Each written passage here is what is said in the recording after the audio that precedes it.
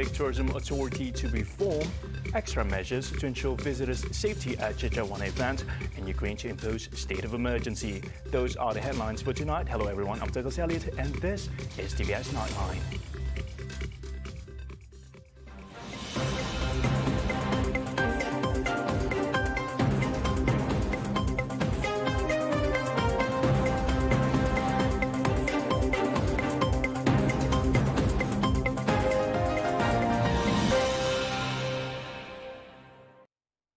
Within the next 5 years, Sarawak will establish a Lake Tourism Authority to oversee the development of tourism activities at the various man-made lakes available in the state. Chief Minister Tan Sri Abang Johari Tun Openg said this was intended to tap into the potential of the lakes, which could be capitalized on and turn into tourist attractions. I would like to also mention here that our approach in dam. Actually, there are three sources of energy from our dam. One is hydro, second is solar farm, and three, hydrogen itself. And in fact, even our lake, man-made lake through the dam, can become a tourist attraction. And we are going to form within these 5 years Tourism Lake Authority to regulate the development within the lake. In other words, this will spill over the development of our services sector. Abang Johari said this at the 2021 Sarawak Chief Minister's Industry Excellence Awards presentation ceremony on Tuesday. In the same speech, the Chief Minister reiterated Sarawak's ambition to have its own flag carrier. He added that it will increase connectivity to Sarawak and bring in positive spillovers to the state's economy. At the same event, Abang Johari said a strong and stable governance will create a conducive environment for investment growth. As such, he regarded the strong support towards Gabungan Party Sarawak GPS in the 12th state election as testament to the state government's ability to provide an ideal investment climate for investors. The 12th Sarawak election has shown that the people are more concerned about stability and the impact of instability on the economy. These are all signs that there is trust in the ability of Sarawak government under GPS to provide an environment conducive to investment in Sarawak.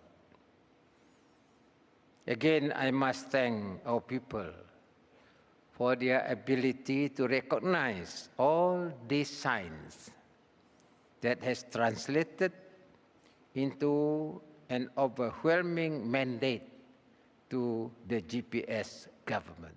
Through the implementation of business-friendly policies and initiatives, Abang Johari said this will instill confidence in both local and foreign investors towards the state. He also called for the participation of Sarawakian businesses by investing in state projects, adding that the government would increase efforts to promote entrepreneurship and investment among Sarawakians to achieve a high income state status by 2030. Extra measures have been put in place with strict COVID-19 standard operating procedures SOPs to ensure visitors will be able to enjoy the Chitra Keluarga Malaysia event. Federal Tourism, Arts and Culture Minister Datuk Sri Nancy Shukri said the SOPs for the 4-day carnival, which begins tomorrow at Kuching Waterfront, have been well planned so that visitors can attend with peace of mind. She said for a large-scale event such as this, the priority was always the safety of visitors and participants, especially during the current pandemic. Among the SOPs that have been drafted included increasing the number of canopies from 1 to 7, with each canopy limited to 350 people, and each visitor will only be allowed an hour at any of the exhibitions. Those attending any of the activities must also show their vaccination status through the MySejahtera or physical cards, and children under age of 12 are not allowed to attend or participate.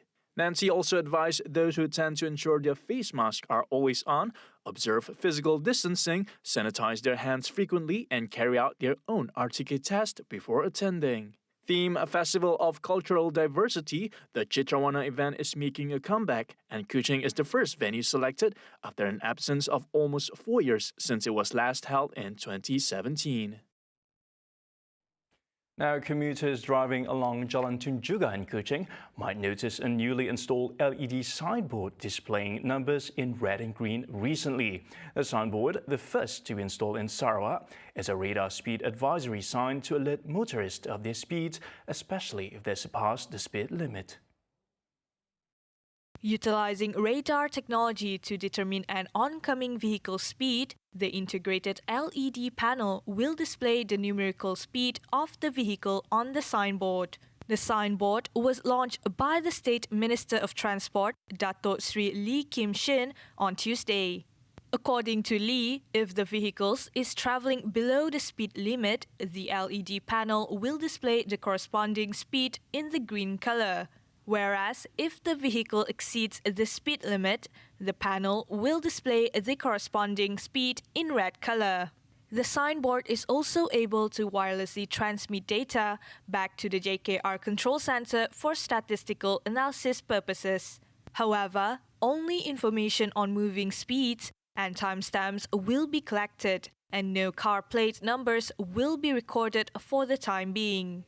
In addition to Jalan Tunjungan, the radar speed advisory signs will also be installed at Jalan Batu Kawa and Batu 14 Jalan Kuching, Serian. The TASIK BIRU Resort City, which is currently under construction, is expected to be the new gold rush in Bau district. Once completed, the resort is expected to attract more visitors to the former gold mining town and in turn provides more job opportunities for the locals. TASIK BIRU Assemblyman Dato Henry Harry Jinap told TVS that the project is a major development under the Greater Bau Initiative. Dan kita juga mempunyai kawasan yang tidak mencukupi untuk orang tempatan yang ingin berjual, membuka gerai dan sebagainya. Kita tak ada tempat, jadi kita berusaha untuk menyediakan tempat untuk peniaga-peniaga yang ingin berjual di kawasan TASIK ini. Ini usaha kita lagi. Satu demi satu kita hendak membangunkan untuk menjadikan kawasan ini lebih menarik. Dan setakat ini kita nampak TASIK BIRU Resort City. Kita nampak perubahan yang kita telah selama 5-6 tahun ini berusaha untuk mengubah landscape, untuk mentransformasikan TASIK BIRU kepada sesuatu tempat pelancong dan riadah, terutamanya pelancong tempatan. Dan hasil daripada itu kita mempunyai private investor ataupun pelabur swasta yang datang untuk membina TASIK BIRU Resort City. Sebelum Jinap was met by reporters at Media Appreciation event on Tuesday. Despite constraints such as the COVID-19 pandemic and its subsequent movement control orders, most projects by the Public Works Department JKR and SARIKEI are progressing well, including several SIG projects, which target completion by the end of this year. Semua projek-projek yang di bahagian SARIKEI ini alhamdulillah pembangunan berjalan dengan baik sekali di bahagian SARIKEI. Well done to JKR SARIKEI. Banyak projek dapat dilaksanakan, disiapkan mengikut ketetapan kontrak, walaupun kekangan tertentu seperti MCO dan macam-macam dapat dibuat dengan mengikut kerja yang ditetapkan. Cuma ada sikit-sikit lah yang satu dua projek-projek kecil yang mengalami kelewatan sakit dan sebagainya lah. Cuma dua projek sakit, yang projek yang berskala kecil yang dia dulu sakit tapi sekarang ni ada pick up nak naik selepas dibuka, selepas habis MCO tahun lepas. Ya. Dan akan disiapkan, saya confident akan disiapkan pada tahun ini oleh pihak JKR. He said this after attending a briefing session at the JKR SARIKEI office on Wednesday. Meanwhile, the Assistant Minister of Infrastructure and Ports Development, Infrastructure Development, also disclosed that the coastal road project connecting SARIKEI and Tanjung Manis is already 45% completion. Kalau sebelum ini masa diambil 2 jam setengah, 2 jam 30 minit dari sini ke Tanjung Manis. Jadi bila siap jalan ini dengan jambatan cuma mengambil masa 45 minit. The 321 million ringgit project is fully borne by the Sarawak state government.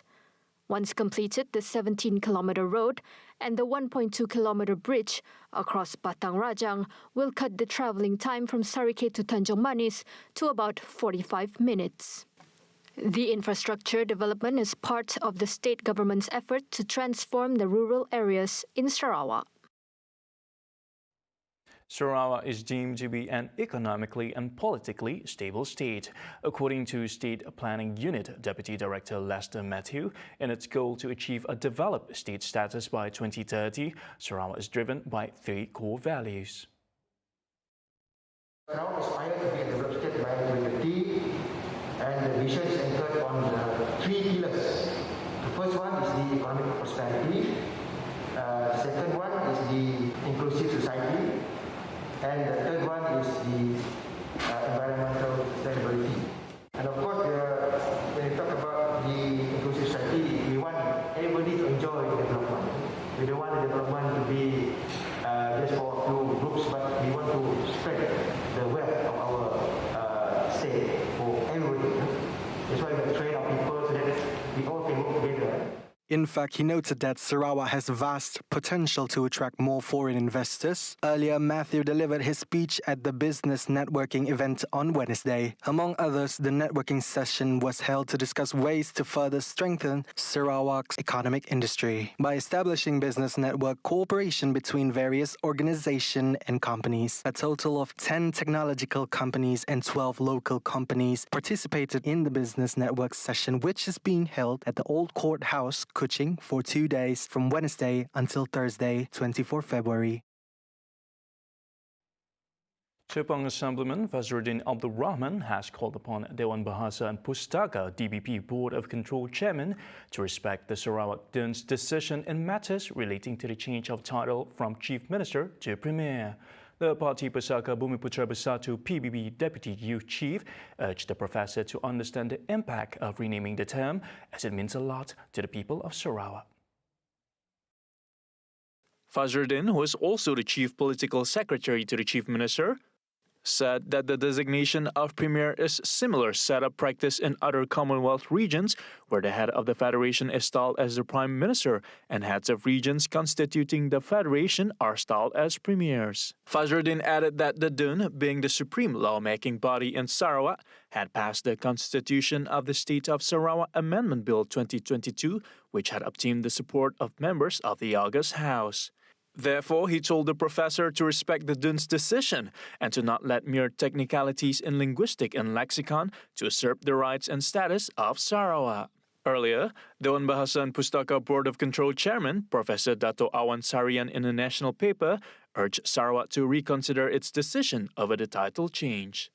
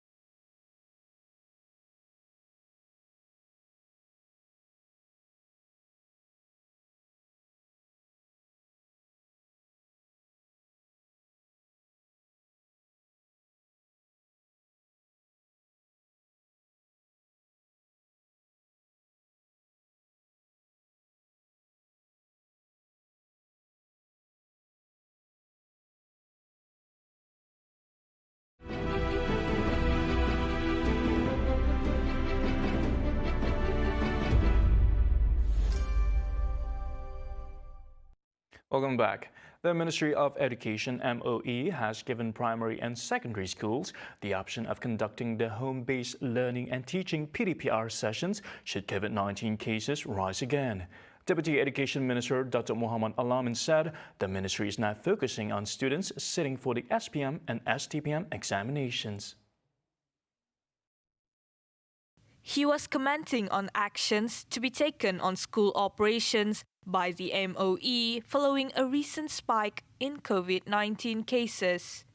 Mohammed said the ministry had provided guidelines on standard operating procedures to schools on how to deal with any eventuality in the event of COVID-19 infections, noting that if it involves boarding schools, the ministry will assess if the premises need to be closed. Meanwhile, Muhammad said the MOE will be deciding soon on the implementation of the Form 3 Assessment PT3 examination for the 2022 session.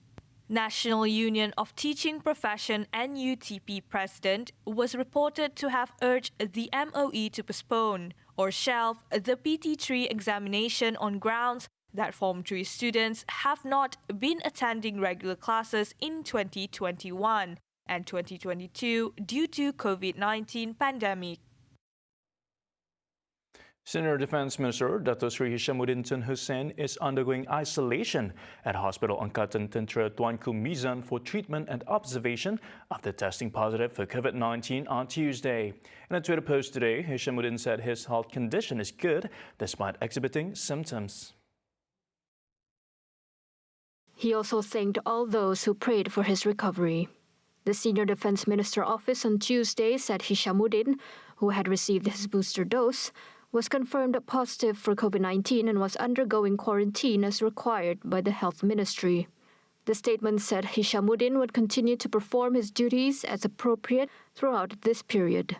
In a related story, individuals who tested positive for COVID-19 must update the symptoms they are experiencing on the MySejahtera app daily so that their health condition can be monitored throughout their quarantine period.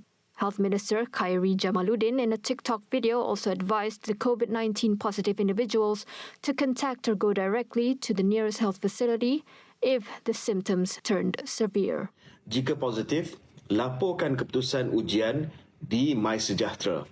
Semasa dalam tempoh kuarantin, anda akan menerima notifikasi pada Things to Do di MySejahtera. Ini adalah health assessment tool where you can update gejala yang anda alami. Khairi said those with the symptoms should immediately quarantine themselves and do the COVID-19 self-test. Khairi also advised the public to always practice threes: test, report, isolate, inform, seek, and wear the face mask. Unvaccinated individuals, regardless of age, are most at risk of suffering COVID-19 categories 4 and 5 infections and succumbing to the disease. Health Director General Tan Sri Dr. Nur Hisham Abdullah said this was evident from the Ministry of Health data on COVID-19 categories 4 and 5 cases and deaths for the period from January 26 to February 22nd.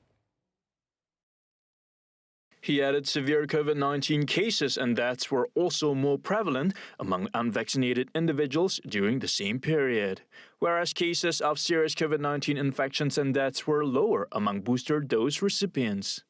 Meanwhile, on hospital bed occupancy for COVID-19 patients in intensive care units, Dr. Nur Hisham said the utilization rate in 4 states had exceeded 50%, with Kelantan at 78%, Johor 69%, Federal Territory of Kuala Lumpur at 62%, and Malacca 54%.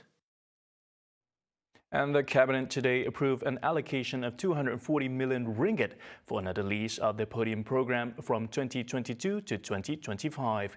Youth and Sports Minister Dr. Sri Ahmad Faisal Azumu said he is confident that the 60 million ringgit allocation per year will help prepare the national contingent to face several major games starting this year.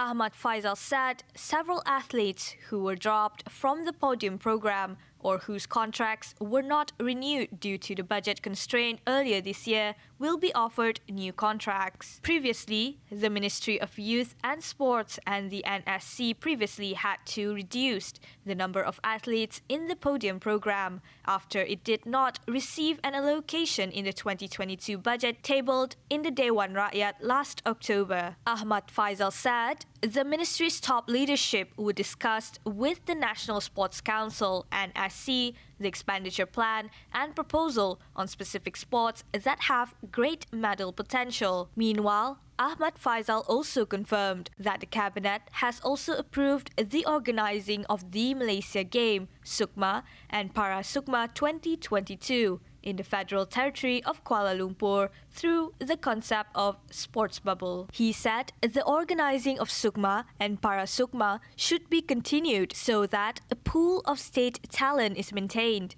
to replace those at the national level in the future, adding that there would be 2 phases for Sukma and Para Sukma to limit the number of athletes and officials involved at each time. Sukma 2020, which was supposed to be held in Johor, had to be postponed several times due to the COVID-19 pandemic. In October 2021, the Sukma Supreme Committee finally agreed to postpone the Johor Sukma until 2024 and decided that NSC will organize Sukma and Para Sukma 2020 in Kuala Lumpur this year.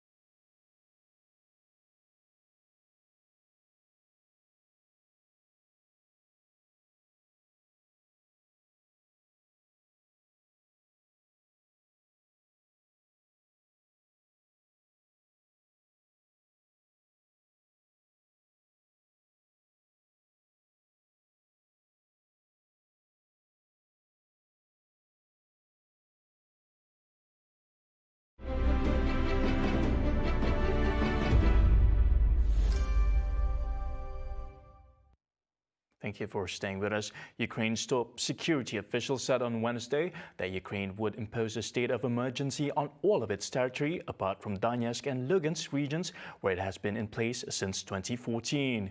Chief of Ukrainian National Security and Defense Council said that the emergency state would last 30 days and could be extended for another 30 days.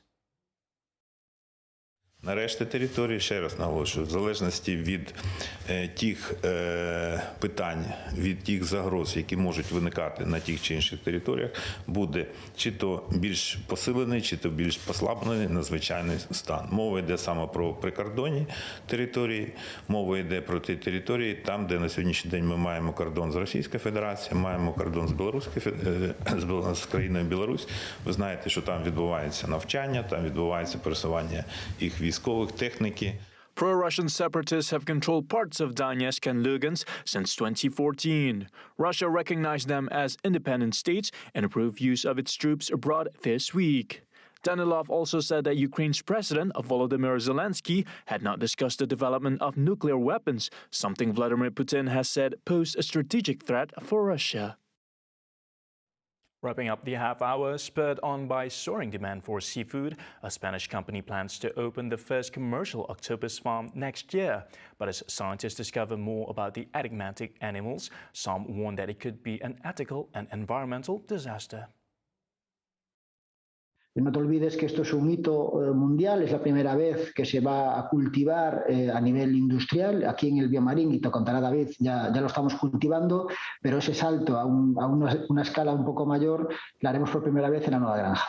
Building on decades of academic research, the Spanish company beat rival companies in Mexico and Japan to perfect the conditions needed for industrial-scale breeding.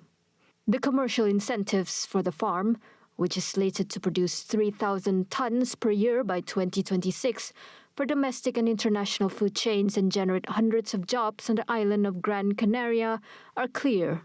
Between 2010 and 2019, the value of the global octopus trade ballooned to $2.72 billion from $1.3 billion, according to data from the UN Food and Agricultural Organization.